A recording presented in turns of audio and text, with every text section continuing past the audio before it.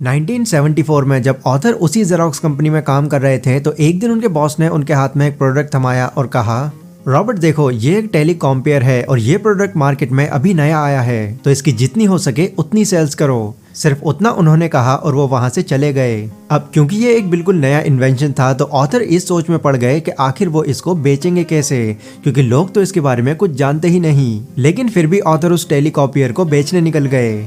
अब जब भी वो लोगों को इसके बारे में बताते तो लोगों का सबसे पहला सवाल यही होता, अच्छा ये बताओ ये और किस किस के पास है। तो इसका ऑथर के पास कोई जवाब नहीं होता था, क्योंकि इनको भी ये बात बहुत अच्छे से पता थी, जब तक दूसरों के पास भी ये नहीं होगा तब तक इस टेलीकॉपियर की कोई वैल्यू नहीं है। यानी इसको बेचने के लिए इसका नेटवर्क बनाना जरूरी था, क्योंकि ये सिर्फ एक या दो नहीं बल्कि हर किसी के काम आना था। तो उस वक्त तो लोग उस टेलीकॉपियर में ज्यादा इंटरेस्ट दिखाते ही नहीं थे। पर फिर धीरे धीरे जब इस प्रोडक्ट का नेटवर्क बनने लगा और लोग इसको अपनी जरूरत के लिए खरीदने लगे तो फिर इसके बाद इसको बेचना इतना मुश्किल नहीं रह गया।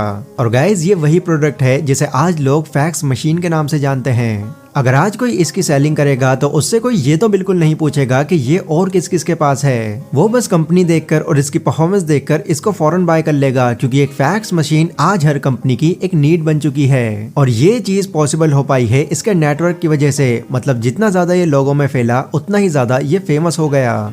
इस नेटवर्क की पावर को अगर आप एक दूसरे एग्जाम्पल के थ्रू समझे तो इमेजिन कीजिए कि पूरी दुनिया में सिर्फ एक ही टेलीफोन है, तो क्या दूसरों की नजरों में ये एक बहुत ही कीमती चीज है? बिल्कुल नहीं, क्योंकि लोग इस अकेले टेलीफोन से कोई फायदा नहीं ले सकते। पर जब 2-4 फोन सेम इसके जैसे ही और बन जाएंगे तो लोगों को इसके वैल्यू का अंदाजा होने लगेगा। देन फिर जब और टेलीफोन्स आएंगे तो इसकी और वैल्यू बढ़ेगी और बढ़ते बढ़ते इसकी वैल्यू बहुत ज्यादा बढ़ जाएगी या बढ़ चुकी है, क्योंकि आज आप देख ही सकते हैं कि एक मोबाइल फोन हर इंसान की जरूरत बन चुका है, क्योंकि मोबाइल फोन ने आज अपना एक पक्का नेटवर्क बना लिया है।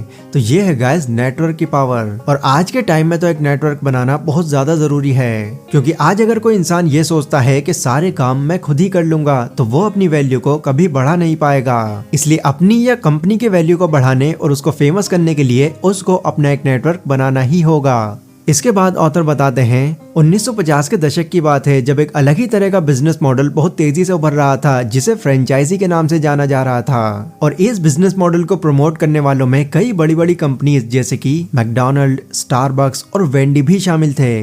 तो आखिर ये बिजनेस मॉडल था क्या और इसका काम क्या था? इस बिजनेस मॉडल में हो ये रहा था कि जो भी बड़ी बड़ी और रेपुटेटेड कंपनीज थी उन्होंने लोगों को ये ऑफर किया कि अगर आप चाहें तो हम आपको हमारी कंपनी के नाम से एक शॉप प्रोवाइड करा देंगे। बस आपको हमारे कुछ बनाए रूल्स को फॉलो करना होगा और सेम हमारे जैसा ही प्रोडक्ट लोगों को डिलीवर करना होगा। इसके अलावा आपको हमारी कंपनी के नाम से अपनी शॉप खोलने पर हमको थोड़ा कमीशन भी देना होगा। न ये बात सुनकर जो ट्रेडिशनल बिजनेसमैन थे उन्होंने इसका जमकर विरोध किया और कहा, ये सब इलीगल और बकवास है, ये कभी सफल नहीं होने वाला। पर गाइस जैसे ही इस न्यू बिजनेस मॉडल की शुरुआत हुई तो ना सिर्फ इससे फ्रेंचाइजी लेने वालों को फायदा हुआ बल्कि वो बड़ी कंपनीज और ज्यादा फेमस होती चली गईं। अगर आज कोई अपने एरिया में मैकडॉनल्ड का बर्गर खाने जाता है तो उसको ये लगता है कि वो इंसान मैकडॉनल्ड की असली शॉप पर है, पर असल में वो फ्रेंचाइजी होती है जो उस शॉप के मालिक ने मैकडॉनल्ड कंपनी से ली हुई है।